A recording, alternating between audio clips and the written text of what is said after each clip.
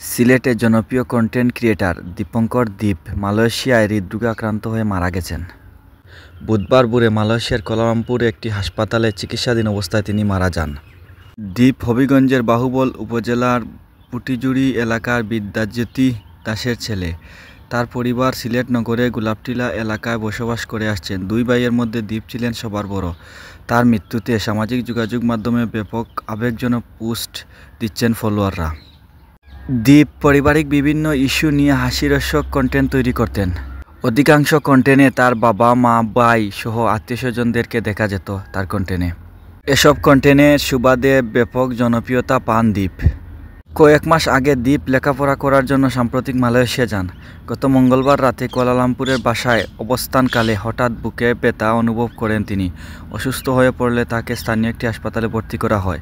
চিকিৎসাধীন অবস্থায় বুধবার ভোরে 5টার দিকে তিনি মারা যান।